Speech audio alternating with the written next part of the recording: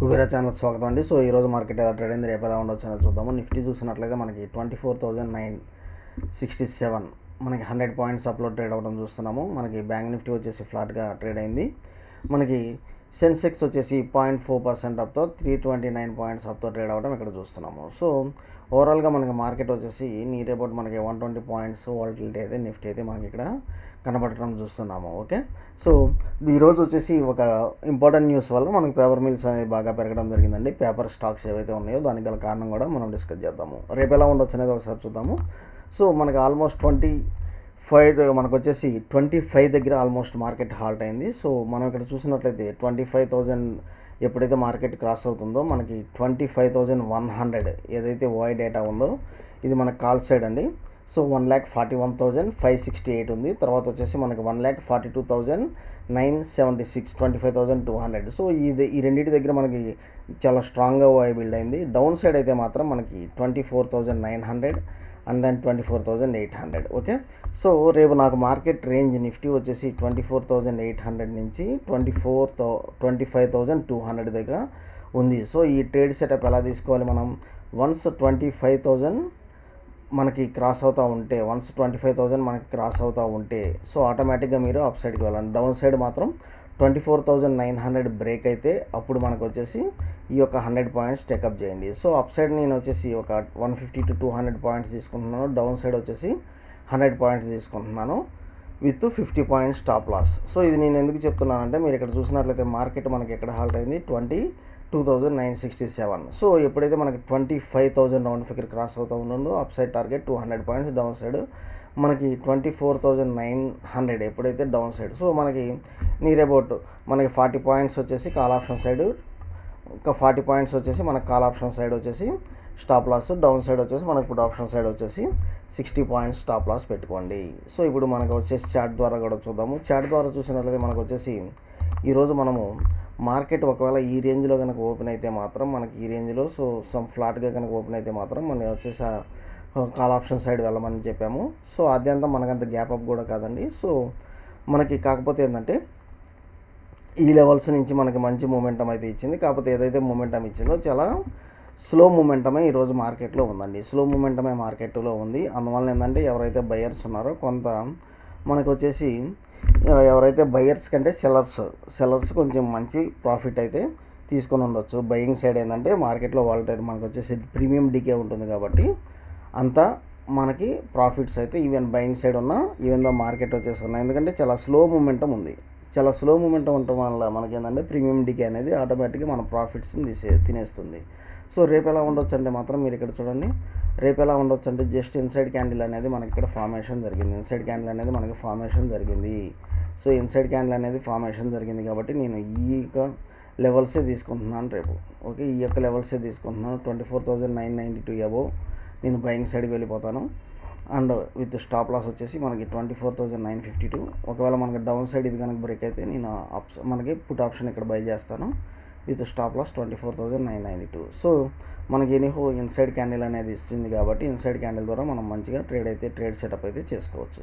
ఇంకా మనకి aggressive buying అయితే మనకి ఈరోజు లెవెల్స్ హై లెవెల్స్ 25,012 ఇది కనుక క్రాస్ అయితే మనకి ఇమీడియట్గా మనకు మంచి అగ్రెసివ్ బయింగ్ అయితే ఉంటుంది. ఓకే, సో మనకి డౌన్ సైడ్ అయితే మాత్రం 24,952 ఎప్పుడైతే క్రాస్ అవుతుందో ఇమీడియట్గా మీరు సెల్లింగ్ సైడ్కి వెళ్ళిపోండి.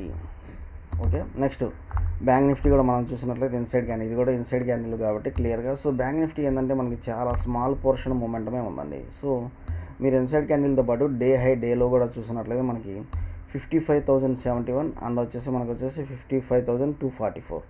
సో ఎప్పుడైతే ఈ లెవెల్స్ మనకి అప్ సైడ్ బ్రేక్ అవుతాయో మీరు call option inside candle strategy ఏం లేదండి. మనకి ఇది అప్ సైడ్ బ్రేక్ అయితే కాల్ ఆప్షన్ బై చేయాలి, ఇది స్టాప్ లాస్ పెట్టుకోవాలి.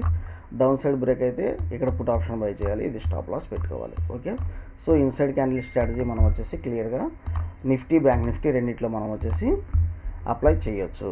ఓకే, నెక్స్ట్ వచ్చేసి ఈరోజు గుడ్ న్యూస్ చెప్పిందండి మనకి paper industry JK paper TNPL west Coast వచ్చేసి నియర్ అబౌట్ 17% పెరిగింది. ఎందుకంటే government sets minimum import price and packaging material. So మనము ఏదైతే ఇంపోర్ట్ ప్రైస్ ఏదైతే మనము దిగుమతి చేసుకుంటామో వాటి మీద వచ్చేసి మినిమం ప్రైజే పెట్టింది. ఇంతకుముందు మీద దానికంటే ఇది వచ్చేసి సో ఎందుకంటే ఈ ప్యాకేజింగ్ మెటీరియల్ చాలా ఇండస్ట్రీస్లో వాడతారు అన్నట్లుగా మనం చూస్తున్నాము. Okay, so shares of trading మనకు వచ్చేసి ఈరోజు వచ్చేసి ఏదైతే ఉందో మినిమం ఇంపోర్ట్ ప్రైస్ వల్ల మనకు వచ్చేసి virgin multi layer paper board minimum import price అని virgin multi layer paper board అనే దాని మీద మినిమం ఇంపోర్ట్ ప్రైస్ పెట్టింది.